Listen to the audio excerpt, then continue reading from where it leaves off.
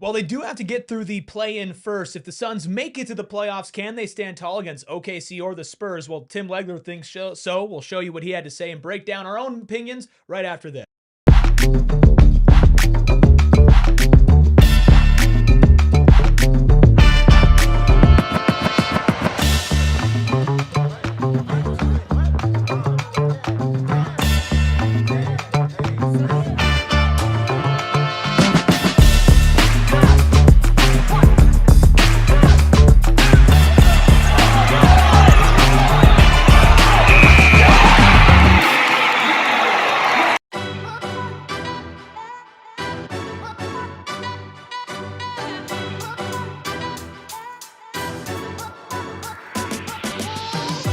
Psychos and sickos unite for a playoff-ready edition of the PHNX Suns Show. Of course, brought to you by our friends over at Bet365. Download the Bet365 app. Use code PHNX365 when you sign up and find out why winning is everything at Bet365. I'm Eric. We've got Gil, Steven, and the freckled mama behind the Mac making all of the magic happen. We appreciate all of you filing in here on a Friday as the Phoenix Suns have yet another off day. How dare they? These schedule makers are so stupid, but they are back in action tomorrow against the Utah Jazz. We'll be back with a pregame, watch along, and post-game show as well. Hit the like button, hit that subscribe button. Let's talk about some Suns basketball here. Gentlemen, you guys were out at practice today. Gil, I believe the first practice that you've been to out here in Phoenix. First practice. First real practice. First proper practice. Yeah. What were the sights and sounds for you and the things that maybe, piqued your interest out there at a Phoenix Suns post-practice shoot-around? I obviously see a lot of guys putting in work, but as far as talking to everybody after practice, the big topic of conversation is the health of this team, right? Still down 5 guys, and Jordan Ott gave some insight on the state of where those guys are, saying that it's day-to-day for Ryan Dunn, who popped up out of nowhere, which I guess is kind of encouraging. Said that Amir Coffey and Haywood Highsmith are a little bit behind him being day-to-day, but obviously the big ones, Mark Williams, Dillon Brooks, they're still progressing, but no 5-on-5 for those guys yet. So that's the thing you never really want to hear. You did see Mark Williams shooting some threes with Grayson Allen, some movement threes with Grayson Allen, and hitting quite a fair share of them. But as far as where they are on the return to getting back on the court, still some ways to go. Steven, a little surprising to hear that at least Dillon Brooks hasn't participated in any 5-on-5 yet.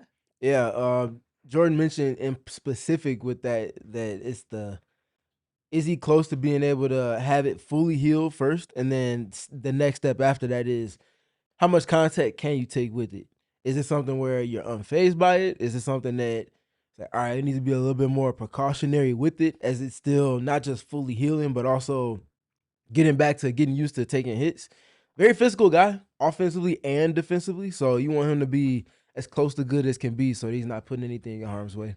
So, yeah, obviously I feel like because we haven't seen any 5-on-5 and at the last that's a non-negotiable step. Yep. Yeah, that's something that we're going to have to wait and see, unfortunately. So definitely not tomorrow for Dillon Brooks or Mark Williams. And honestly, now you're looking at the next couple of games and probably being without them. And I think, unfortunately for the Suns, and I think a lot of fans are feeling this right now, this is all coming at a pretty rough point in the season, right? You're pretty much stuck in 7th, barring a minor miracle or minor disaster. Here, you've lost a bunch of games recently. Unfortunately, your longest losing streak of the season just happened before you beat the Raptors and went on to lose to the Nuggets. And I was able to catch up with Tim Legler earlier today. That full video is up on our channel right now and in your audio feeds to check out after the show. And I made it a point to ask him, are there any positives the Suns can take away from this losing streak and losing stretch, especially considering all but that Minnesota and Milwaukee game were close losses to playoff teams? Definitely. Yes, you can. And I'm not a guy that believes in moral victories, but when you're shorthanded and, you're losing, guys that have been such a vital part of your story this season that are not out there, it affects you. And it's a domino effect offensively and defensively when you're missing key guys. So to be in games, to have possessions where potentially you can win a game, make a basket, you win, get a stop here, you win. Go back and look at, several of these losses during the loser streak. And if you just want to take a couple possessions in each game and flip the result on those particular trips, you get wins and you feel a lot differently. So yes, there's something to be taken from those. For a team like Phoenix that had such a negative aura around it over the last few years, just in terms of the product and how people viewed them as an underachiever. They've shed that. And that's the best thing that you can have right now, that no one looks at them that way anymore. Now you look at this team as you better show up and be ready to play against the Phoenix Suns. They've got great individual stories of guys that have broken through, and collectively, the way they've played, we view them differently in how we analyze them. That is a very difficult thing to turn around, particularly in one season, but they did it, and they're setting the stage for the future. And I'm not saying you go into the playoffs and you go, hey, we're just happy to be here and let's go play the Spurs and take our loss and go into the summer. I'm not saying you do that either. You play every night to win, but you have to be realistic. If you're a 7 seed going on the road against a team that some people feel like can make a run to the finals, potentially win a championship this year, and you lose that series competitively, you got to be able to accept that and overall look at it as a big success, what happened this season. And now you go and you tweak the roster going into next season, and you set the expectations higher. I think, Steven, the win-or-loss kind of league, the just look at the box score, there's an L next to the game, and then everybody's going to react accordingly. Mm-hmm. A lot of times I understand it, maybe if I don't fully agree with it from a lot of fans' perspectives, because we are like a results-driven, industry in basketball, right? The wins, the losses, the points, all that. But I talked with Legs before this as well, and he was just talking about like, man, I get that fans want to freak out over things. He's like, I don't know how people could be upset about the Phoenix Suns this year, even though the stretch has been bad, but they've been shorthanded. Let's all just take a deep breath. Boy, is that refreshing, and boy, is it refreshing to hear someone outside of the Phoenix market in terms of media say something that we've been saying for quite some time now. There's no need to panic about anything. The team is ahead of you. Yes, you. Your expectations this season, both numerically and in terms of their process and how these pieces fit together. They have a coach of the year candidate. Wherever he is in your top 5, he's in your top 5. They have a player that's been at his worst. He's been a top 16 player this season in Devin Booker. And when he's been at his best, he's been top 9, top 8, which says a lot considering some of the seasons other guys are having. This is a season to build off of. And at the rate that things were going at last season and the season before that, the build up to this season was, you didn't know what to expect. Now you have some expectations that you can accurately and firmly apply. That's something I really want to emphasize, that this is not a one-off. The season's not a one-off. It's not like, oh, well, this was fun and like the team's going to break up and everybody's going to go separate ways, or it's not sustainable. It's not replicable. Like everything that's in place, the young players who you're developing, the franchise cornerstones that you already have in place as well. Now, as Leg said, how do you tweak in the margins? What type of improvements can you make based on the downfalls and shortcomings as you've had this year? And one of the biggest ones is just health this year. So do you go out and get more durable players? Do you get more reinforcements for guys who have had their health issues? And it's interesting that he mentioned not freaking out about this, because Grayson Allen talked about that as practice as well, just saying that like some of these games, they've right there and they're playing against playoff teams and having opportunities to win and the opportunity to make game-winning plays and just didn't have those plays. So learning those lessons during the regular season, maybe you see that same situation in a play-in tournament game and a playoff game, and you can apply that. And if you listen to that whole conversation that I had with Legs, which I highly encourage people to do, and we'll play another clip about him talking about a potential playoff matchup for the Suns coming up here after our first break. It's not like he's ignoring the fact that there is kind of a new responsibility on this team and new expectations and new pressures on this team, given the goodwill that they earned earlier, and that, you still need to go make a statement. You still need to play well and go into the play-in and win these games and kind of go in the offseason on a high note. So I think it's being able to separate the fact of like, yes, we know that the Phoenix Suns in general have been struggling lately. That is disappointing. We know big picture, they haven't been. At the end of the day, the Suns could lose out for the rest of the season, which they're not going to do, lose both games in the play-in, and this was still a better season than everybody imagined it to be. Now, I will say that would... Huh? And last season. And I will say that I would be very upset if that would happen. And I would obviously consider that unacceptable. But that bar has already been raised. Now it's time to say, like, can you go on and do something beyond the bar, right? Can you go into the playoffs or the play-in, make some noise, make a statement, and do what you were doing this year, right? Like in January, this team was incredible. One of the best teams in the NBA. coach of the month in Jordan Ott, player of the week in Dillon Brooks. And that was without, being fully healthy as well. They need to find a way to recapture this magic. And if they do, we've seen the heights they can hit. And that's why I am disappointed in this recent stretch of losing, but I'm not discouraged. Yeah, and that's why it's good to have. You can't necessarily have a culture established in not even a full season, but you can have an identity in terms of when a team does these things, it's something, a characteristic unique to you. And when you do that, you see what the results typically are. We don't think it's a far stretch from anybody to say, hey, the Suns might just come out and start turning teams over again starting tomorrow. The Suns might be a team that gets right back into that top 4 in terms of offensive rebound percentage. They might be a team that is getting in transition at a high volume that leads to the quality of shots they get there, just getting back to the elite level that it showed to be at in that December hellacious schedule stretch, and then a little bit of a break, and then the January hellacious schedule stretch. So it wouldn't surprise any of us, and that's because they have established a true identity. Now it's just about realigning with that, starting with health. Yeah. Health is big, and I think opportunity this weekend to play a team who's focused on the future, and you can take advantage of that and get a win. And you have a couple more winnable games. Every game is winnable for the Suns team, but you have games against teams who aren't focused on winning right now. And you talk about that little break you had in December, seeing the ball go through the net a couple times. Those Pelicans games, that Wizards win, that got the Suns, that kind of set them up to have a good January. So can you take advantage of this opportunity? Play the Jazz, and I think Grizzlies back to back, and those are two teams who, again, aren't focused on winning right now. If you can find ways to win those games, we could be having a very different conversation for the last 7 games of the year. Don't tell Ty Jerome that. Yeah, that's true. You're right. Well, look, You're right. obviously the Suns, they're going to be in the play-in, and if they win their first game of the play-in, they're going to be taking on the San Antonio Spurs, most likely. And I'm going to play for you all what Tim Legler had to say about the Spurs, because it was pretty encouraging, but we'll do it on the other side of our first. Listen, there's nothing that feels much better than leaving early, whether it's work, a boring party, or a boring work party. And at Bet365, you can leave early on your bets if it's a college basketball game and your team goes up by 15 points. You get your money. Even if the team loses, you're counting your money already, and that's more than enough reason to download the Bet365 app. And if you don't need any more reasons to do it, then you can sign up, bet $10, you get $365. And those bonus bets to use on player props, spreads, money lines, whatever it is, you can do that. And it's over at Bet365. The next few months are the best time in sports. You got the NBA, you got baseball, you got college basketball, and Bet365 has you covered with all of that. Bet365, where winning is everything. Download the app today and use code PHNX365 at sign up. If you have a gambling problem, call 1-800-NEXT-STEP. Please gamble responsibly. Must be present in Arizona. $10 minimum deposit required. Bonus bet wager excluded from returns.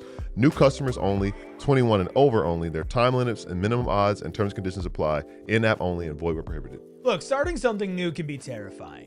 Like, before this show ever existed, I remember thinking, what if nobody listens? What if this thing completely flops, even though it was going just fine, right? Look, the thing is, when you start something new, it can be just scary, plain and simple. And that's why when you're starting a business, Shopify is the place that you got to go. Shopify is a commerce platform behind millions of businesses worldwide, with about 10% of all e-commerce in the US running through Shopify. From major brands to people just launching their first idea, Shopify gives you everything you need to learn and to grow. And Shopify grows with you. You can run email and social campaigns, manage inventory, handle shipping and returns, track analytics, all in one place. And when you need help, the 24/7 customer support, well, they have their back. So now it's time to turn those what ifs into money today with Shopify. Sign up for your $1 per month today at shopify.com/allcity. That's shopify.com/allcity. One more time, shopify.com/allcity.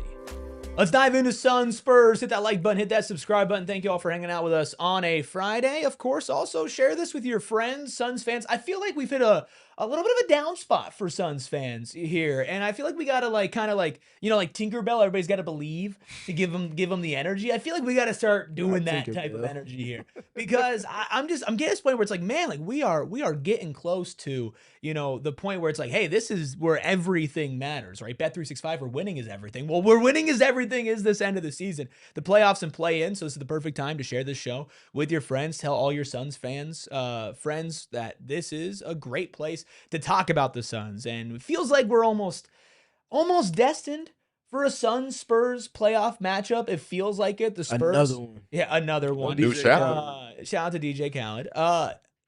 A Suns-Spurs 2-7 matchup. The 2 seed, the Spurs have occupied it for a large part of the season. The 7 seed, the Suns have occupied it for a large part of the season. And if the Suns win their first play-in game, which we talked about on yesterday's show, they will face San Antonio. Mm-hmm. I asked Tim Legler just about the Spurs and how the Suns match up with them, and I found what he said to be fascinating. So they just want to, ride through this right now, get the cavalry to come back, get whole, and roll your dice. It's against a San Antonio team, by the way, that they've had some good moments against this year. So they have to carry a little bit of confidence into that. And in San Antonio Spurs, by the way, this isn't the Tim Duncan, Parker Ginobili that every year you expect to win a title. They haven't won anything collectively either. They haven't won a round in the playoffs. So to get that team, if you end up 7, it does have a little bit of a different feel than playing the defending champions who just won it and know how to navigate all of those situations, including 2 7-game series last year to do it. This is San Antonio Spurs, who are really good team. I love their team, but they haven't done it either.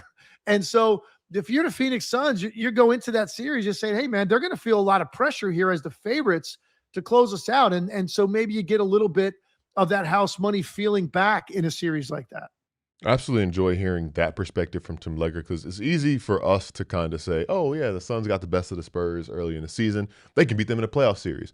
But to take it a step further and look at the fact that, look, individually, Harrison Barnes has won and Luke Cornett has won, but those aren't the main characters on that Spurs team. De'Aaron Fox has played in 1 playoff series, but then you pull all that aside, their identity as a group, they have not really done much. And you can say the same thing for the Suns to a pretty great extent, but across the board, there's just more playoff experience on this team.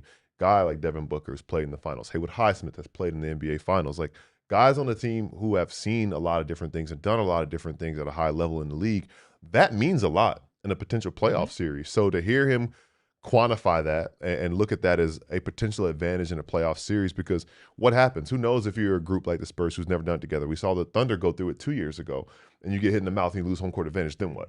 Right? Like, how do you respond? And they're great. Victor Wembanyama is an all-world talent, top 5 player in the league, but he's never been in that position either. It doesn't matter how great you are. You have to be in that position to understand what it's like. So I think that experience and that collective experience and that cohesion as a group in a playoff setting is very, very, very important in the NBA playoffs. That was the thing for me with projecting forward on if the Suns handle their business accordingly in the play-in tournament and their prize for winning the play-in tournament, for surviving the play-in tournament, is you have the alien with Victor Wembanyama and company. That's probably the biggest thing to look at there, because talent for talent, the Suns have what they have. They have who they have, and the other pieces that they have in addition to Wemby. It's the experience. And I think it goes for the players on the court, but like I mentioned the other day, it's also the head coaches. This would be both of the head coaches' first time in any postseason situation at the helm of things. Obviously, Otta's been there multiple times with Cleveland and Atlanta and Brooklyn and whatnot. And I believe Mitch Johnson has been there in other capacities as well. But as a guy that's pulling the strings and pressing the buttons and pointing the finger and whatnot, it's very different. So it'll be a lot of learning on the fly in the fire from both of those two teams. I think the Suns will have a potential advantage just off of having had to play one game to get to that point, whereas the Spurs will be kind of resting, if you will. Well, and I think one of the other things here is that the Suns have played the Spurs really close in multiple different settings this entire season, including when they haven't been fully healthy. Now, the Spurs have not been fully healthy either. I believe Dillon Harper went out in the first game. There was no Wemby in another game, no Stephon Castle as well. But, no Dillon Brooks, no Jalen Green. Like, there was kind of, in the second to last time that they played, there was no Devin Booker. I believe that was the game that Devin Booker exited the game after playing a couple of minutes after the All-Star break, right? So this is two teams that have not seen each other fully healthy, but in every different iteration, on home and on the road, against Wemby, without Wemby, with Book, without Book, with Dillon, without Dillon, with Jalen, without Jalen, the Suns have competed and or won. right? And having the type of personnel that you have, I think, is also specifically good against Wemby. We saw Rasheer Fleming come into his own against Wembanyama in the last game, be able to guard him straight up. Like, nobody's going to be able to just take Wemby and put him in a corner. That's not going to happen. Here's the thing. Wemby's probably going to still only be playing around 30 minutes per game. He's at about 25 minutes per game right now. I'm sure that goes up in the playoffs, but I don't think he can go and play 40 minutes a game. I don't think he could be like some of these stars that you would see barely ever check out in a playoff series just yet in his career. I don't think his body is there yet. So being able to win these non-Wemby minutes, which they actually weren't able to do the last time they played San Antonio, but I think it's more sustainable for them to do the other, and then be able to contain Wemby in a 7-game series, I think the Suns have a great chance. And I'm not just saying that as a homer. I'm just saying as somebody who's watched all the games that they've played this year.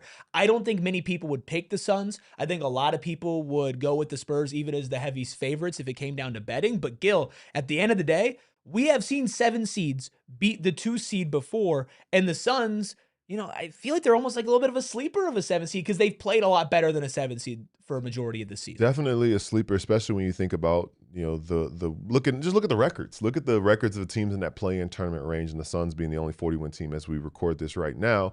And thinking about the teams in the past who have done that and pulled off upsets in the NBA playoffs as a lower seed, they all kind of have similar blueprints and makeups to this Suns team, whether it was something that just kind of kept them from really fully reaching their potential during the regular season, or they had a couple flaws depending on the matchups, but they get a good matchup in the postseason or a more favorable matchup in the postseason. They're able to take advantage of that. And Steven, I really like that you pointed out, look, the play-in tournament will help you a little bit because you're the continuity. And we talked about the tests that this team could face in the play-in tournament yesterday. And play-in tournament games are oftentimes like a playoff series condensed to 48 minutes. And having that experience under your belt, having the confidence that would come from even having a game in front of your home fans and letting that fuel you to take you down to San Antonio, which is going to be crazy if it is San Antonio because they haven't had a playoff game there in some time. Again, go back to the experience thing. Guys who have played, Royce O'Neal's played in big playoff series and big playoff moments. I mentioned Devin Booker, Haywood Highsmith, a lot of guys on this team. They're not going to be fazed or shaken by that, especially in the moment where sometimes that positive pressure for the home team could be too much. So the Suns check a lot of those boxes, the grit, and the fact that nobody really wants to play this team that can be annoying and physical and wear you down with their style of play. I think it's a fun opportunity for the Suns because it feels like there's some contrast in you bring something to the table, they bring something to the table. The old adage is styles make fights in boxing, and that applies to all other sports as well, especially when you talk about a tournament or obviously even more so the playoffs itself. I think that makes for a who's going to play to their qualities better type situation. So less about playing literally against each other, and it's more about just kind of the yin and yang. Who's doing better within themselves than the other? Are the Spurs playing to their Wemby rules better than the Suns are playing to their blue-collar rules? And, like, whoever is dictating the flow in that respect is likely going to be the one who wins that series ultimately. I think, and we could talk about this against OKC as well, which we'll transition here shortly. And we could take a look at just the Suns and the Spurs against each other so far this season. Like, the Spurs' overall record, I mean, they're 55-18, man. Like they have a chance for the one seed. Not far. They're not. They're right on the heels. Like, they have a chance for it. They've been there for about Right? 2 months now. Yeah. And they're 2-2 against the Suns. Again, all these circumstances that we talked about before, at the end of the day, like a 55-18 team is 500 against the Phoenix Suns. That is a good margin for them, right? Also, kind of, I don't want to say like a secret weapon in this, but something we can maybe dive into as we get closer to the play-in and the playoffs over the next couple of weeks is the Suns have a notorious playoff riser on their roster. Like, we talk about experience, but there are guys that have played a lot of games, and then there are guys that when the lights are the brightest, when their team is on their back and they need to go and advance and win a big game, step up and do great things. That is who Devin Booker has been. And I know a lot of people will say, well, Eric, that 2021 finals run, right? That was so long ago. I'm not just talking about the 2021 finals run, right? We saw him hit a peak and put up numbers that were not seen since Michael Jordan on both sides of the basketball in that first season after trading for Kevin Durant, that they were able to go into the playoff run. They lost in 6 to Denver, right? Book was playing out of his mind on both sides of the ball. He is absolutely, without a doubt, a good enough player to go win you not just a playoff game, but to win you a playoff series. And if any team is going to give the support around him to do that and do the things on the margin for your stars take over to actually take over, it is this team. I do feel like that card will be played and we will see it in the playoffs. I agree with that, thinking about Devin Booker being that guy. And the other thing that I was thinking about with Jordan Ott being a coach and a student of the game and a guy who just maniacally studies film. And the fact that, listen, the Spurs team's probably going to win 60 games this year, but there have been times where they've been embarrassed. Like I think back to, you mentioned a high leverage, high stakes situation, in-season tournament or NBA Cup championship where the Knicks outclassed them. They had a little more experience. They had some guys who had been there before. Sounds a little familiar as far as that. And I'm not saying the Suns are the Knicks or vice versa, but I bet you better believe that the ways that the Spurs have lost in different ways, this coaching staff is going to study all of that. All the teams who have made the Spurs play to their terms. How can the Suns replicate that? Do their own version of that? You mentioned your blue-collar game. So I think that building that, and then at the cherry on top is having a guy. Because ultimately, to win playoff series, having Devin Booker be that guy, and then maybe we see Dillon Brooks ascend to a different level of playoff performance since he's in a new situation and has been very confident this year. And it excites me for a potential series against the Spurs. Definitely. Something else that excites me in this series is just kind of looking at the teams matching up against each other stylistically. San Antonio is a team that shoots a very hefty amount of threes, and a lot of them are wide open because of the multiple gravities of Victor Wembanyama on offense, whether he's posting up, whether he's rolling, whether he's handling the basketball. There's a lot of shifting of furniture going on, trying to take away space from the all-world talent that he is. That usually creates some very healthy, high-quality catch-and-shoot threes. All of that being brought to the mix. San Antonio in a season series, 4 games, they're only shooting 29.5%, so 29.5% from 3. For a team that usually shoots a lot of wide-open ones. That means that the Suns are breaking their rhythm in multiple respects. I imagine that's something that if the Suns are going to win a series or push it to the brink of elimination in the first round with San Antonio, that 29.5 number is something that's going to have to be close to the rim that team is shooting in a grander scheme over the course of that series. That means that the Suns are dictating the terms of things. Yeah, I think with this matchup as well, it does depend a lot on, is Mark Williams healthy? Not necessarily to the point of, it's impossible for the Suns to do anything, but you're going to need to throw multiple bodies out there because you could talk about the three-point percentage and the styles of play, but like I said with Booker, sometimes in the playoffs, it's you give the ball to your best player, you said get the hell out of the way. And what happened to the Suns the last time they played the Spurs? Yeah, they got whopped. No, the last time they played the Spurs, they lost by 1 point. Well, that one was the 1-point game. Yeah, right. Yeah, they had a chance at the end. And what happened at the end? They gave the ball to Wemby and said, you know what, you stand in the corner. We like our chances with him one-on-one with anybody. And I'm not saying Mark Williams is going to be the guy to go out there and be the Wemby stopper, right? But he's going to be a tall body that you could throw at him and to make his minutes. Think about it, though. And wear him down physically, right? Obviously nothing malicious or dirty, but he's gonna have the game's physical. And that wears over the course of a game and over the course of a series as well. Yeah, someone that's wilted to it, to your team in particular, that very first time. And then you hope as well. I get the stuff with Mark right now. It's tough, and the 5-on-5 news is tough specifically for him. Right. I think with Dillon, the ramp up period will be a lot quicker simply because it's a broken. I don't want to say but it's a broken bone in the hand, so you can condition. We've seen Dillon get shooting in all of that, but Mark, it's it's your foot.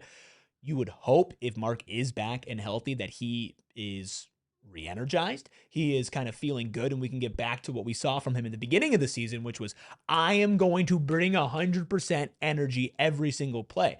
And Wemby's going to do that. But again, you're going to put Wemby in a situation he's never been in before. Now, to be fair, Mark has never been in that situation before. Rashir's never been in that situation before. And Jalen's been in that situation before, and things didn't go great for him. And I want to talk a little bit more about Jalen when we talk about OKC, because you'll need more than just Devin Booker to be great to beat OKC. You'll need your others to be great as well. But I think that there's a formula there. And the last thing that I kind of want to hit on the Spurs with you guys is that when you are facing a team like OKC, or you are facing a team like San Antonio, the most powerful thing that you can have is belief. I know I made the Tinkerbell joke and whatever before, but you have to sit down in a game plan and be like, we can do this, right? And I'm not saying they won't think that against OKC, but when you're going up against a team that just won an NBA championship, that won multiple Game 7s, that might have a back-to-back MVP and has the reigning MVP right now, is extraordinarily deep and been the 1 seed all year, it's a little harder to sit in that room and be like, this is how we are going to beat them versus this is how we are going to try and beat them. Yeah, I think the belief point is relevant because the same way we've talked about, the same way I've mentioned, San Antonio beating Oklahoma City matters, because if they match up in the playoffs, it's not going to be oh man, we don't know what to do. It's like, no, proof of concept is already in our favor and recently in our memory. So you just go out and press that button and you try to not necessarily copy and paste, but you take those qualities and you apply it to the present moment. For the Suns, it's a little different because of the injuries that have taken place, but you have beat them when they've been healthy. So you have that in your back pocket as far as that very first game against San Antonio. So you can lean into some of those qualities, hope that they kind of replicate to the playoffs, and then hope that you have health on your side, because you have the shot makers to go into the clutch with that team, and then you see about it after that. And confidence. I think back to, again, common thread of those upsets in the first round. It's a team that's not just believing we can do it. They think we're the better. You think you're the better team. And it's not in a cocky sense or anything like that, but these are professional athletes at the end of the day. And if you go into the series thinking that that team is better than you, then they probably will be. But if you're saying, oh, we're better than them, we're better than the guys down there, we believe in what we have in this locker room more than what y'all have down there, you put yourself in a position to win because you're playing with found money, as you said. Yeah, and it's a two-way street, right? If you're OKC and you're sitting in the film room, you're talking about this is a team that we beat by 50 points, right? This is a team that the one win that they have against us, now these two teams do meet in the final game of the regular season, which would be fascinating if it ends up being them in the playoffs. But, this is a team that the only time they beat us, it took a Devin Booker buzzer beater at home, right? And it's going to take a lot more than that to win a series. If you're San Antonio and you're sitting there and you're prepping for them, it's like, man, we are seeing them expose things. And that doesn't mean that the Suns are going to win. But I would be damned if they don't compete. I don't feel like this team is going to get to the playoffs and face the Spurs specifically and not give them a little bit of a run for their money. And maybe it's the run for the money that the Spurs need, where it's like, okay, Wemby got a good playoff test in the first round. They handled it in 6 or 7 games, and now they're going on and they feel like, okay, you're the one who laughed, not me, by the way. Because you couldn't resist. That's why. I wasn't even doing it on purpose. You could have said 7-6, but you. That's not how nobody just speaks couldn't like resist. that but you. He's done it before too. That's why he's sitting quiet right now. Anyways, yes, you got it. Whatever, it doesn't even matter. 7 or 6 games, yeah, like you said. Like I wish you said.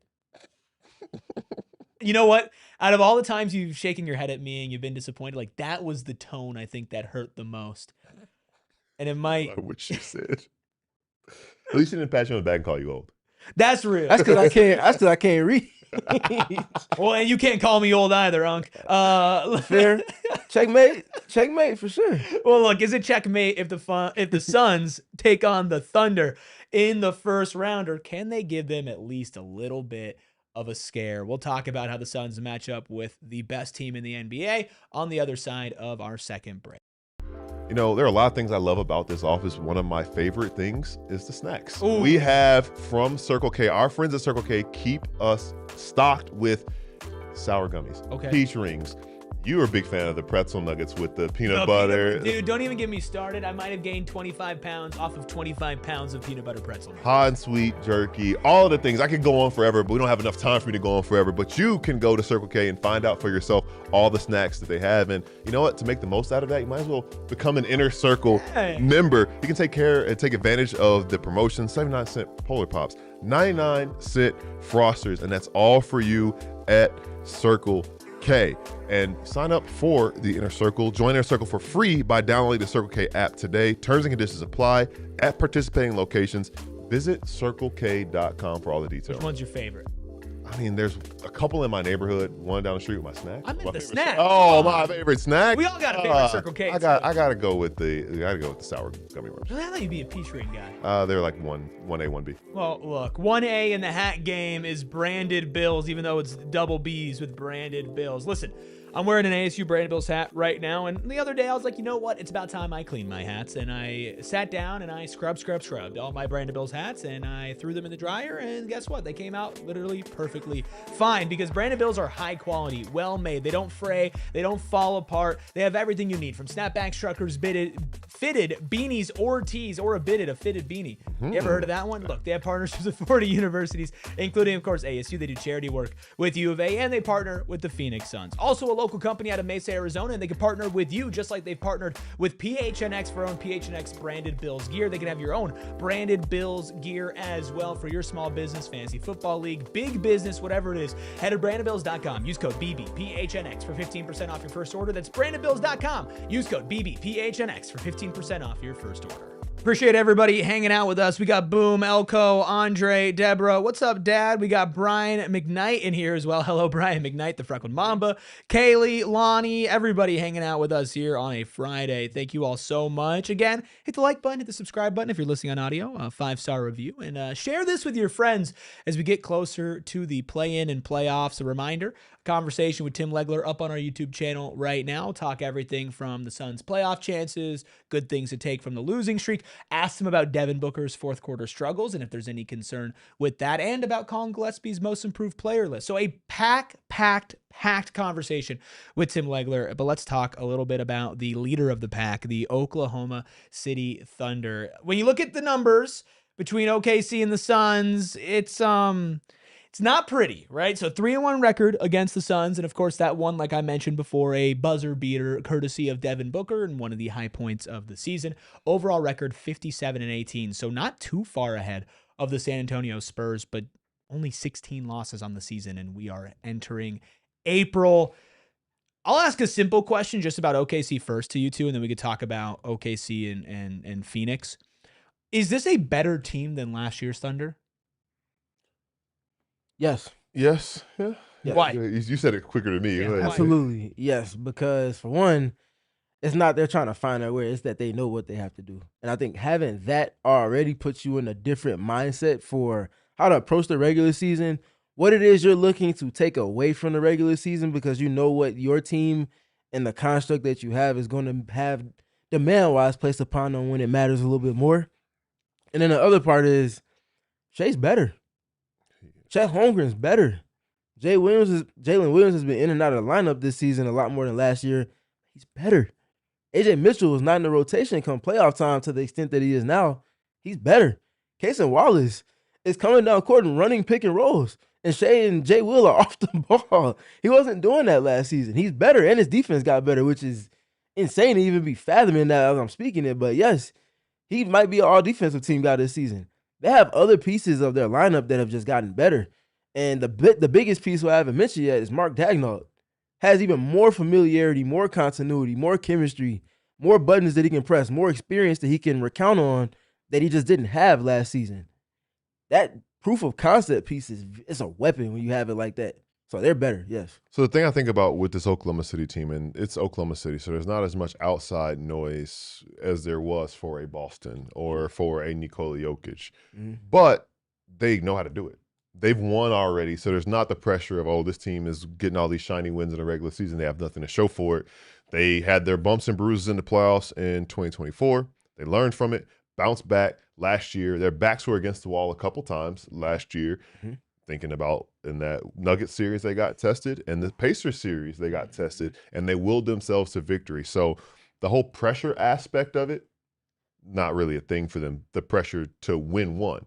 However, we haven't seen a team go back-to-back in a really since the long Warriors, time. right? Since the Warriors. Yeah. The last time we saw a team go back-to-back was 17 and 18. And when the Nuggets won in 23, everybody was like, man, cakewalk, they're going to do it again, until they didn't. When the Celtics won 24, said the same thing. And obviously, who knows what would have happened if Jason Tatum doesn't go down, but they were struggling in that series, and they were about to give up their third win to the Knicks in that series. So I say that to say, we're having similar conversations about Oklahoma City right now. It feels a little different than it did with Denver and Boston, but I said that Boston felt different than Denver, and Denver felt different than Golden State the year before with all of that. So until you get there, and it's really a lot to go play all the way into June one year and then go do it again. It's a reason why it's so hard to do, not to mention the luck that goes into going back-to-back. So this could be a team that is dealing with overall fatigue, having just had two really deep runs. So I think you can take advantage of that potentially, but yes, they are better. Well, and that's why this play-in game is so important, the first one, right? Because, yeah, the Suns have two shots, right? You got two home games to get the 7th seed or the 8th seed. But it's like you got one shot to go into a first-round playoff matchup that, like, realistically anybody thinks you could win. I don't think a single one of us is going to pick the Suns to beat the Thunder in the playoffs, and I think that's because the Thunder earned it, right? And while the Thunder at the beginning of the year were, basically undefeated minus that Portland game, they had one of the greatest starts in NBA history. And yeah, they have definitely not fallen off, but they have not continued at that pace. There was literal talks about them breaking the all-time win record deep into the season, not, in January and February, but a couple of months in, that was still a conversation. So we've seen them bleed a little bit, but I also think that can be used as a counter argument if they've seen themselves bleed a little bit. They've gotten their ass kicked by the Spurs in multiple times this season, within a week's right? span. Within a week's, and if you don't think that for a team like that like you guys have said, has done it before, is more experienced, has the know-how on not just winning games, but winning series deep in the playoffs, they know that they can bleed.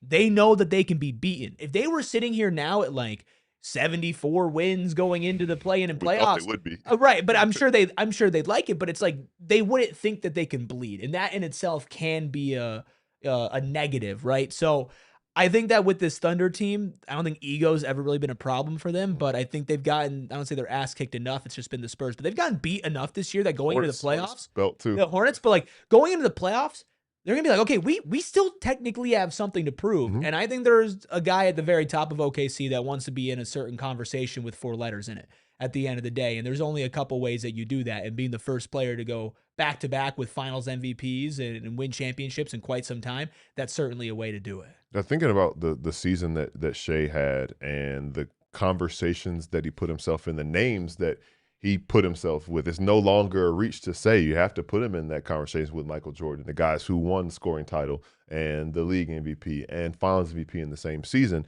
Mhm. And as far as he's come from being a late lottery pick and us thinking, oh, he's going to be a good role player. And had you told me he'd average 20 a game for the next 10 seasons, I'd have believed it. But had you told me he's going to score 20 points in 140 straight games, I would never believe that. Yeah, minus the playoffs. It's a good point. It's a good point.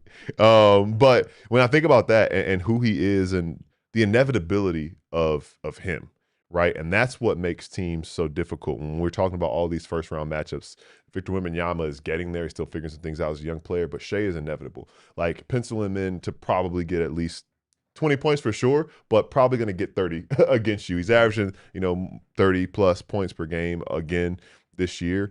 And thinking about that, and obviously he'll never admit it or acknowledge it, but he does want to be considered to be one of the all-time greats. And he's doing the work and becoming the player and really knowing no bounds of any limitations that people are putting on him from the outside. Because had he listened to that, he'd just be a 20, 22 point per game scorer, which isn't bad. But real quick, Falcon in the chat says, I'm waiting in line at the Dillon Brooks meet and greet. Okay, Falcon, here's what I want you to do, okay? I want you to turn to the people to your left and turn to the people to your right and tell them, look, I am listening and watching to the best Suns podcast out there. Put him on a PHNX Suns. And I believe Espo is going to try to make it out there to the Dillon Brooks meet and greet event out there. So if you see Espo, say hi, but let everybody know that we're talking about the Suns right now. Ask them, are they really Suns fans if they're not watching our Real. podcast? That's so that's real. a great Leaving question. likes and interacting with our content on Yes. all social media platforms. Yes. We put in work, and we put in thorough work. So speaking of Dillon Brooks, Jalen Green, and this is kind of the last point I want to hit here before we revisit the blue-collar spectrum, which I've been looking forward to. When you talk about beating San Antonio, it's like, okay, Devin Booker can be a guy who's good enough to take you to the promised land.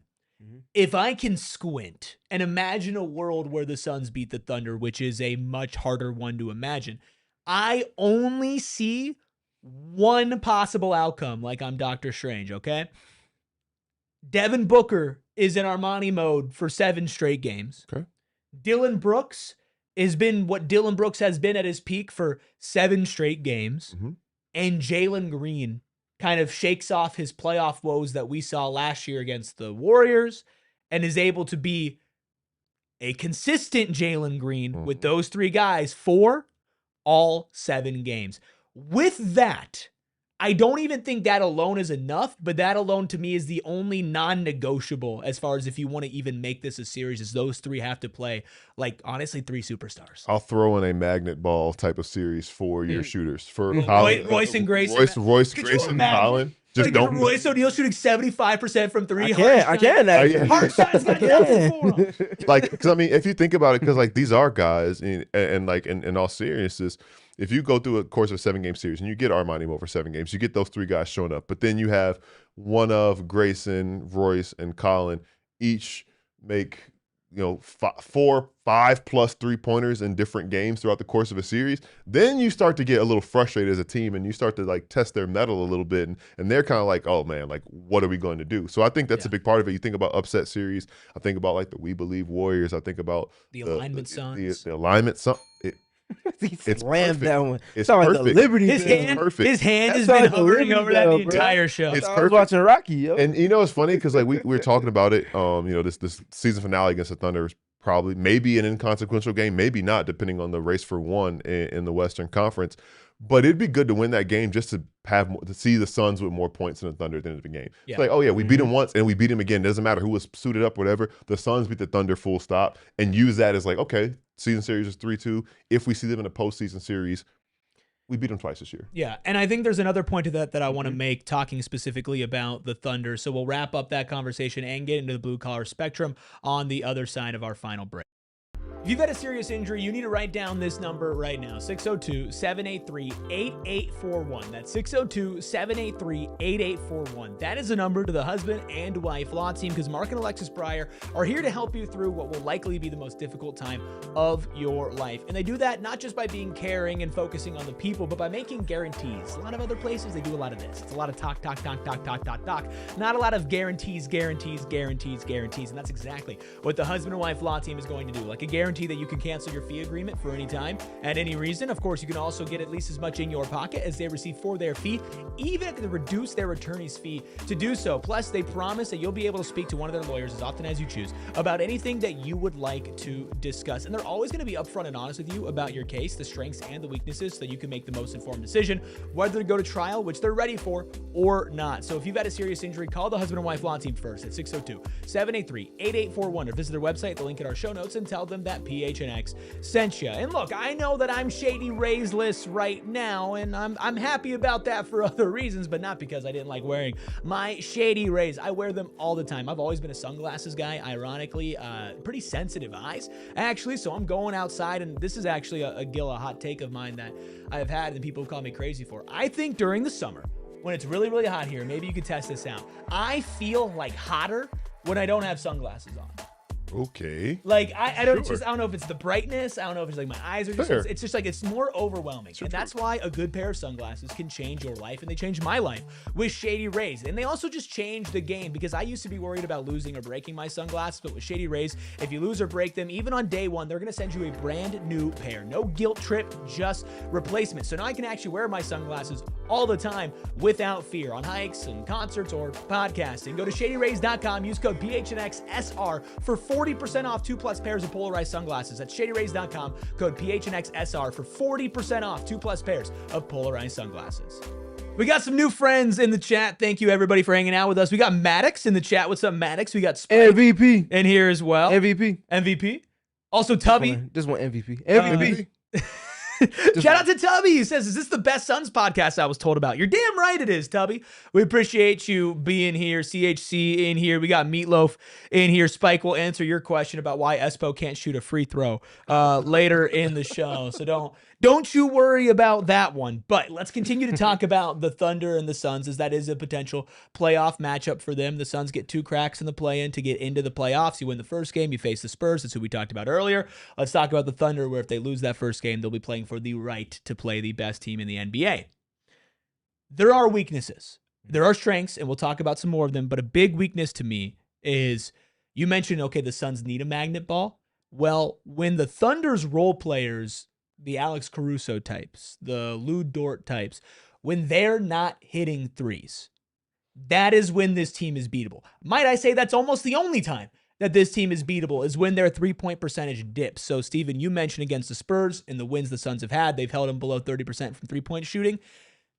OKC is going to need a little bit of a down series from 3 in order for the Suns to hang around. Yeah, and that's something that you can bake into potentially trying to take something away from them, just by conceding those opportunities to those guys, shrinking the floor on Jalen Williams, shrink the floor on Shai, obviously even more so, and making those guys knock down shots. Problem is, in ways that San Antonio can't necessarily make up for missed threes, free throws.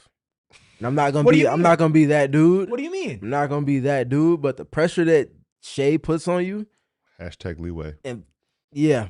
And it's the other side of the ball. Like you said, I think that's what's going to be the most frustrating in the playoffs is like they get a playoff whistle in the regular season. That's true. That's fair. That's something that could be real. And then the other thing I wanted to bring, well, I'll stick to Shai for now. The season he's having is unbelievable. Don't let the discourse take away from the talent. He doesn't get the calls without the talent.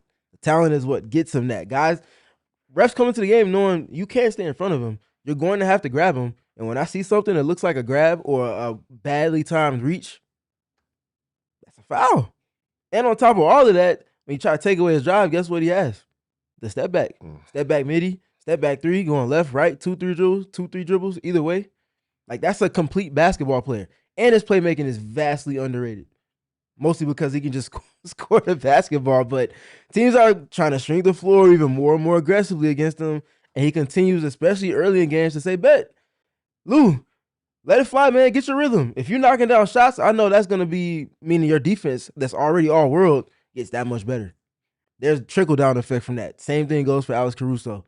So I'll start there with the Thunder side of things, kick it back to y'all, and then I'll swing back around to something else in the middle. I was going to say is to echo that, the three-point shooting, and the big thing we talked about a little bit with this team being better than last year, it is still basically the exact same team from last year. And, again, it's kind of funny. I'm referencing the NBA Cup twice now, but they lost an NBA Cup championship last year, similar to the way the Spurs lost this year, and it was a game in which nobody could get anything to go, and that was probably like the peak of the Dame Giannis Bucks era. But it was that I forgot they won. See how quickly we forget, and they won that because it was such an ugly game. I think the Thunder maybe finished like they're in the 80s in that game, and think about the game that the Suns beat the Thunder this year. I think the final score was 103-101. Yeah. So if you drag the game down into the mud, and you don't have to drag 7 games into the mud, but you got to drag 4 into the mud because you got to win 4 times and give yourself a chance to win. And I think that there is a blueprint out there to do that. But the other name, I know you mentioned Chet has gotten better, but it's definitely worth talking about their front court with Chet and Ihart and the issues that could pose this team, because that would probably be what scares me. Obviously, Shai scares you more than anything because he's Shai, but what scares me more than anything else is that front court of Chet and Hartenstein. Well, that's why, again, Mark Williams is such an interesting person to be watching throughout these last couple of weeks of the season going into the play-in. If he plays in the play-in game, how does he look? Because, yeah, man, if you want to upset either of these teams, San Antonio or OKC, the reality is for probably the first time all season, you're going to need to be fully healthy, right? And if you're not, then immediately all the things that we've already talked about you taking advantage of, well, you're going to have to probably amplify that by another 2 or 3%. You want to get over the hump of not having Mark Williams against Chet or Hartenstein? Okay, well, guess what? Royce O'Neal's probably got to shoot 45% from deep instead of 42% from deep, right? Same thing for Grayson Allen. You want to be able to overcome Shai Gilgeous-Alexander being incredible? Well, okay, maybe you're going to need Lou Dort and Alex Caruso to shoot 10% lower on threes than their season averages, right? Like, these are the things that you need maybe just to pick up a game, right? And I think, well, it is a little different playing the Spurs versus playing the Thunder, and you could see a path to beating the Spurs. I do think that if you go out on this season playing the Thunder and playing them tough, even if it's in a sweep, but let's say you pick up a game or two, I think there is a lot more hope that you can build off of that than maybe going up against the Spurs and doing the same thing in a 5-ish game series. So I think that is a benefit to playing the Thunder, is you get to see what it's really like. You get to see a team that's like, yes, you've done it. Yes, you're the best. And hey, there were certain points that we competed with you, either not fully healthy or obviously not where we want to be in the future. That is an encouraging sign to go into the postseason if you can at least just compete. Oh, for sure. And I think for a fan, I think all of y'all should be thinking it's very refreshing to have a team that you can rally behind, that you know mindset-wise is I don't give a damn who it is we play in the first round. As a fan, that's something that you should most definitely be valuing, because you can't say that comfortably about the teams that preceded this one the last 2 years.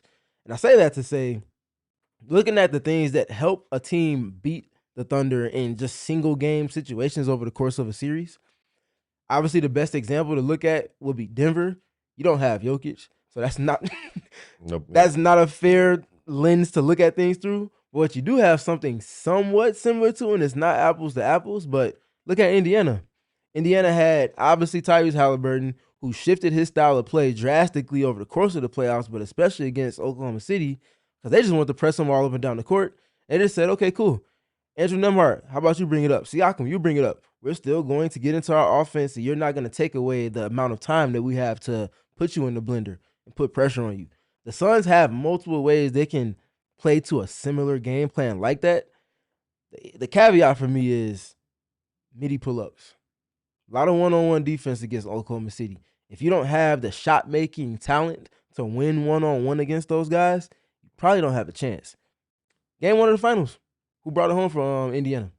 Andrew Nembhard, who also had multiple moments. Benedict Mathurin, who else had multiple moments? Right. Pascal Siakam. All of those guys, it was not team basketball. Like, it was a concept, yes, but you got to go get your ones. Devin Booker, 47.9% on mid-range pull-ups this season, 7.2 attempts. Jalen Green, 3.32-point pull-up attempts, 50.6%. Dillon Brooks, 47.4% on 6.42-point pull-ups. That's a shot diet and a kind of curveball in your shot profile that if you're talking about beating that team on that stage for a single game, it's going to take those things that trickle into now the defense is shifting just enough. And that just enough is what helps Roy shoot 45% instead of 39. Grayson shoots 46 instead of 33, 34, 35. Like, those little things matter. Colin has a big series because he's playing off of that. That's what's going to be the separator for them if they're getting it done. And I think that, there's very much a conversation of the Suns have no chance against Oklahoma City. And I'm really glad that you mentioned the Pacers because going into that series, that was the same conversation. OKC in 5, OKC in 4. I'm not saying that this Suns team is last year's Pacers team. And I don't think any of us is saying that particularly, but you got to play the games. They play the games for a reason. If they didn't, they would just simulate to end like we were playing 2K. And I think the big part about what you just said, and I think back to what we say oftentimes on a night-to-night throughout the 82-game season, is playing to your terms. And going into that final series, what did the Thunder do? They tried to change their lineup to kind of adjust to what the Pacers were doing. And they went small. And they lost. They didn't lose because they went small, but they lost the game, and they went back to their own thing. But you know that the way the Suns play and the makeup of the Suns team is so unique that it could cause the Thunder to maybe adjust a little bit, maybe more than they need to, overcorrect, and you can steal a game off one overcorrection. It's one in the margins, and we've known this Suns team at its best to take advantage of things in the margins, and they could, at the very least, make a series against the Thunder interesting when nobody expects it to be. I want to round out here with a question from Spike. Thank you so much, Spike, for being here. Says, guys, would you say the Suns are the most intriguingly unknown team going into the playoffs? I can't think of any other team who hasn't played all season without their starting 5. That's a great question. I think they're definitely up there. They're in the conversation 100%. I'm gonna just go say yes. I think so too. I think Boston, as far as like Jason Tatum being back and not seeing him play all season, that is kind of like an increasingly kind of unknown. Denver has not really had their starting 5 healthy for a lot of this season, but there's so much more of a known quantity because of the continuity. Detroit hasn't won a playoff series yet. But yeah, the Suns are so interesting, right? And I think that's why we can kind of hold out a little bit of hope is like, well, what if it all does come together? That's true. Yeah. That's true. And I mean, just on the whole, I think it's a good conversation because a lot of teams did come to mind. I think because of the national attention that certain teams do or do not get. I think the Suns are in that do not category, and they got some well-earned and well-deserved love at the turn of the new year in January, and obviously we're seeing the same thing. We're seeing the Hornets become like a media darling in front of our eyes and things like that. So it's going to be a very fun postseason because there are 4 or 5 accurate answers to that question about teams who we really want to see what it's going to look like in a postseason setting. And I'm very excited to see the Suns in that postseason setting play in and then hopefully playoffs beyond that. Yeah. Last thing I'll say for it, Mark Daigneault said what he said about the Suns. They compete. That's a weapon. Rick Carlisle said verbatim. I think it was me that asked him about it, but he was like, yeah, I see remnants of what we found success doing last season. That's not us. That's them saying that. Yeah. 2 teams that were in the finals. That's a fight that you bring to any matchup that a team knows they have to come with a requisite level. If they don't, they can get popped off on any given night in the postseason. And I think the Suns having that and that margin hit for you, there's only two teams that have been better on the margins comprehensively this season than the Suns. And there's two teams that were expected to go to the finals this season. Well, one of them expected, the other one shouldn't be surprising. Boston and OKC. Yeah. I will say the only downside of that is all these coaches respect the hell out of this team. You're not catching anybody by surprise. That's true. Right? Like, even if you're shorthanded, there's nobody going into a playoff series that's underrating the Suns because they played against them this year. And I think as a player, you understand, like, shit, I got to go up against Jordan Goodwin right now. Like, I can't breathe. And Jordan Goodwin, if you're OKC, hit 8 threes against you in one game that you lost this year. So I think that's a fun Another part. magnet ball candidate. Yeah, another magnet ball candidate. The other magnet ball is Colin Gillespie. Yeah. Yeah. Well, you Colin mentioned the TJ mid-range, McConnell midi according to pull-up JJ stuff. Redick. Yeah. Yeah, for sure. He's added that to his bag, and who knows? Maybe Oso has a 3-pointer that he's sleeping on that he had said. But I mean, look, like Ryan and Haywood, right? Two wing guys that are defensive guys. Like, okay, they hit some threes. Rasheer Fleming has been a 40% 3-point shooter post All-Star break. Can he continue to give you 40% from deep? Right? Like there are things that could go the Suns' way, and we'll continue to talk about them as we get closer. But we know what the Suns' identity is, and how they would win a series would be by being the blue-collar boys that Steven had coined at the beginning of the season. And don't worry, purple. We see everybody who is taking those things and running with it. Oh, it's only been 2 years, y'all. Y'all a little late, but yeah, it's a little late. Just a little late. Welcome to the party, though. Well, welcome to the blue collar spectrum, Steven. This is something that we decided on doing earlier in the off season, and we've kind of slowly updated it a few points throughout the season.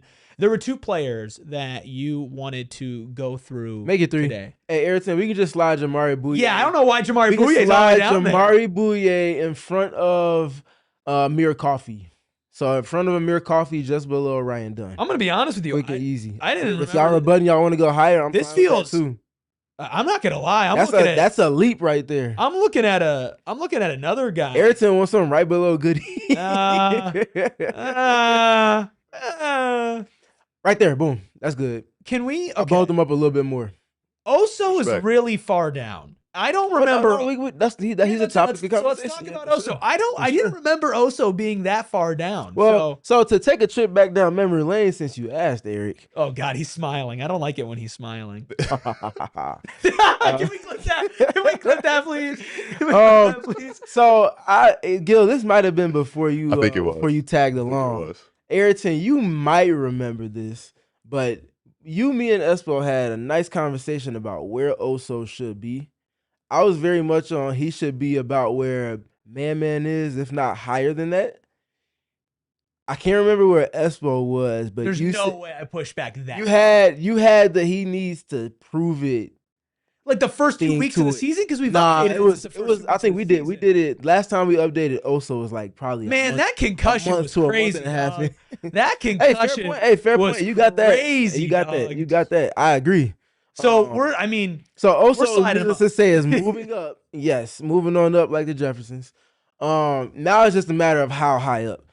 Context wise, Oso, one of the highest volume switch bigs in the league.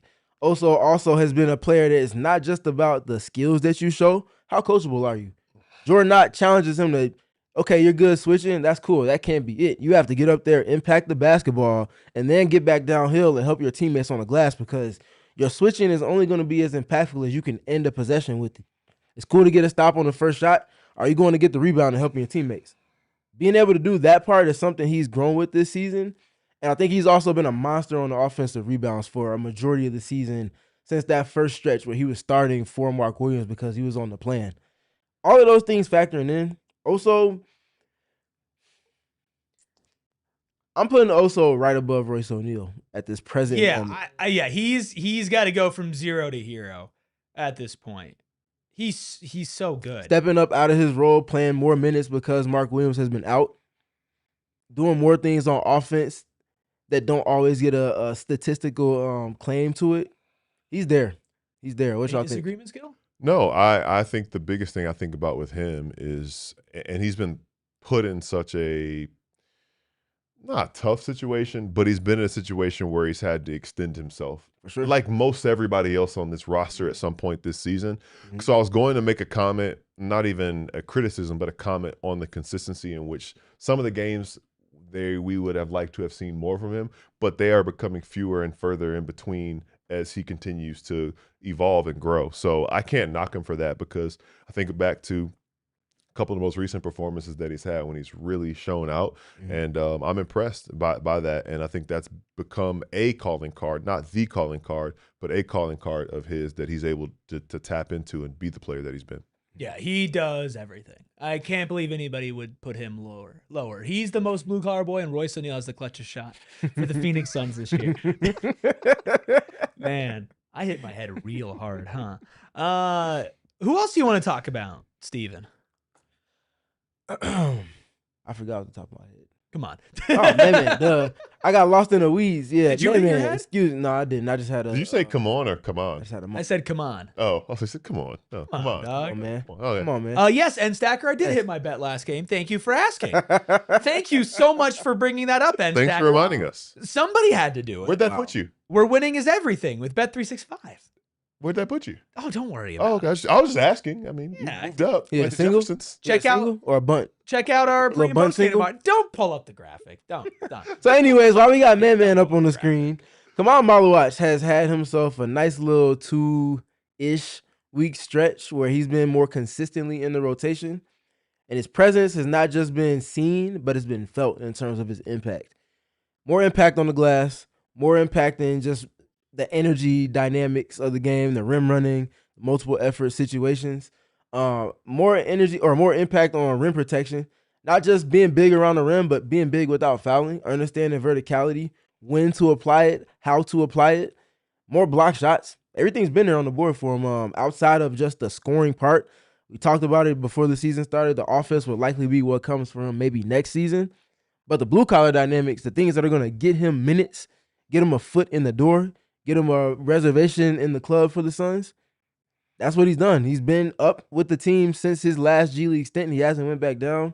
And he's proven to show a lot of those qualities that he did when he was at that school in Durham that we will not mention, especially before Sunday's game. Go Johnnies tonight. But no, I think back to the play that he had, and it's such a little thing, but when they were in San Antonio and he pushed Luke Cornett out of the play, went on defense, and Luke Cornett got pushed a couple feet out of bounds. That was from Magic City. It was. He did it for MC.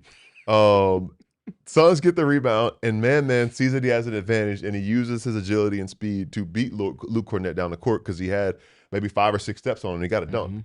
And it's little things like that you're seeing him piece it all together. And I think that, it's a hard sell sometimes for people to say, hey, look, this guy was a 10th pick, but he's going to be a project. Just be patient. He's going to be the player you expect him to be in a year and a half, 2, maybe 3 years' time. You will be very satisfied with this. And along that path, along that journey, you have to see the small things like that, the buy-in. There was a game the other night where it's like, man, he's got 7 and 7 right now. He's on double watch going to the fourth quarter. And that's before putting everything together. So I think the buy-in and the commitment to doing the little things, the blue-collar things, is why he is finding success right now. And I expect to see more of that when the other part, the fancy, the sexy part of his game kind of goes together. The little stuff's already there, and then that makes him a complete player. So where are we moving him to? Can you circle Man on the screen? Because we got a nice little jumble. Okay, cool. Let's move Man just below where Rasheer Fleming is, right behind Ryan Dunn. The rookie section or the youngin section. Or we can put it, that's cool right there. That's good. Yeah. I like that. I Okay. like that, yeah. Man, I cannot wait to revisit this in the postseason. I feel like Jalen's going to need a little bit more blue-collar love with how he's been playing defense. Hey, keep up guarding the ball like that, young man. Yeah. Ryan as well. I feel like at the beginning of the season, he was near the top of the spectrum, so we'll have to check in on that. But that's going to wrap it up for the blue-collar spectrum. We have one more question. One thing I will say about Jalen is very blue-collar of him. He was the last man on the court today at practice. Oh, wow. Last one in the Huge if true. He was. That is very blue-collar. And he wasn't just going for buckets either. Yeah. He's playing defense too. He had to get the ball back. He had to get it back. Yeah. Last thing I'll say, Ayrton, is that Jordan Goodwin I see in third right now? That's a problem. Put him at the top. Oh, we can do it at the end. We can do it next time. No, just know, you want to put him at the we top, know what time it is. We know what time it is. make the call. Cool. Okay, there we go. All that, yeah. Boom. All right. One last question before we get out of here. This one also from Spike. Thank you, Spike. Was just wondering why can't Espo make a shot in mini hoop office basketball? Asking you, Gil, who beat him in the free throw competition, to analyze what went wrong. You know what? I am going to be gracious in victory, but I will quote Espo himself when he was asked about it. He said, "Gil got in my head. He's a former D1 player, and I'm just a podcaster. He broke my shot." So I broke a shot, apparently. You know what? I don't know if I got in his head or not. Maybe some people call it context. Some might call it an excuse. We'll just say, go watch the film. You see what happens. Real fascinated to see how the rest of this free throw competition works out. Up next on the timeline, me versus Steven. So we'll have to see how that one plays out. Keep your eyes tuned to PHNX Sports. Those house divided flags, that was me watching them. I was Doug, like, oh, well, both of my, did they both win? I had to put belt to ass against Toe Tree. Sound like somebody's mama, bro. I had to beat Toe Tree in the first round. Then I got to take on Steven in the second round. And whichever one of us wins has to face the winner of Ayrton and Connor, which I think we put out there. And yeah, Ayrton did beat Connor. So the winner of Steven and I will be going on to face the Freckled Mamba, who got the 1 seed. We got like the entire bracket in here, and we could have a potential PHNX Suns championship. So you're going to have to check out the PHNX Sports on Twitter. That's at PHNX_sports. And guess what, guys? The Suns show is not the only professional basketball show going on today. Steven, we got happening? a CBA. Oh, we do, don't we? That's right. Yeah, Mercury Basketball is back. WNBA is Very back. soon. We have a special someone that's going to be joining the Mercury podcast this upcoming summer. I'm not breaking any news. I will say see you at 5:00. Not a minute after that, and you will find out shortly thereafter. I'm locking in to find out too. Tap in and watch PHNX Mercury, Erica, Steven, and a +1. And of course, Kevin behind the Mac making all of the magic happen. They do fantastic coverage. If you love the Suns coverage, definitely go check out the Mercury coverage. Whether you're a longtime Mercury fan or if you're just trying to get into No better time than now. I'll W. tell you that now. I mean, if you think Steven's passionate about the NBA, wait until you see the WNBA cover this guy's going to get into. Nobody out there will provide you better coverage of a team than, of course, the PHNX Mercury crew. So make sure you follow at PHNX_Mercury for that. And then, of course, you can follow us. We get ready for the play into the playoffs. Laura, that's right. That's right, Laura. Yeah, that's right, Laura. Let's get it. You can follow us at PHNX_Suns. That's on Twitter and on Instagram as well. Of course, you can follow the Freckled Mamba behind the Mac, making all the magic happen at Freckled Mamba. You can follow Steven at Steven PG3. That's Steven with a PH. Go Sparty. Also catch him on PHNX Mercury. Shout out Tom Izzo. Man, you really are going to work. Jeremy Fears Jr., let's get it. God, you're so going to be on the coaching staff. Oh, my God. You can follow Gil at GilMcGregor_. You can follow me at ERIKRUBY. We'll be back tomorrow. Pregame, watch along, postgame show. Feels like it's been forever because it has been. So we'll be back watching basketball with you all tomorrow. We all silly like the mayor.